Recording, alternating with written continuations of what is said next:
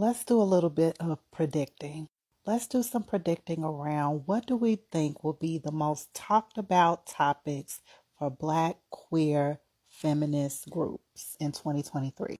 I'm going to share a few that I've been following. And so let me know what you think about these or just any that you think need to be added to the list. So I talked about these particular issues in this video here, contemporary feminist topics. So definitely check that out. I'll also link it below. And I did name environmental justice, eco-feminist organizing, sustainable farming. And that's something that the School for Black Feminist Politics and Black Women Radicals is definitely exploring. Not only just related to the like the kind of farming and the land aspect of it, right? But also like this sociological, cultural, regional kind of component too, right? Like raising awareness. Again, I'm not going to talk about this thread in its entirety. Definitely check out the video link below for that. I'm just going to pull out what I think like are the top 3 Black queer feminist kind of topics that might, be highly focused on in 2023.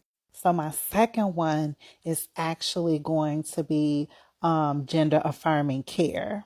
And I definitely think this one aligned with, trans and also non-binary and gender non-conforming folks, and the attack on trans rights. Like, I think this is going to be an interesting intersection for a lot of different reasons, but one because, I think specifically within the Black queer feminist community, we got a lot of work to do related to intersectionality and the trans identity. But I digress. Let's move on to number 3. I think surveillance and privacy, data surveillance and privacy is going to be number 3.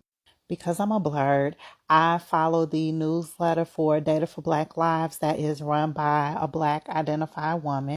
She posted a statement back in September related to an interaction that she had at an overseas conference related to AI. And I would definitely say, like, check out the statement, read it in its entirety.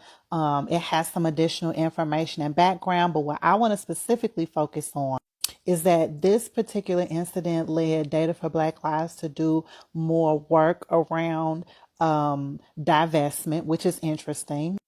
But it also goes into this piece about AI related to who is being deemed human and not.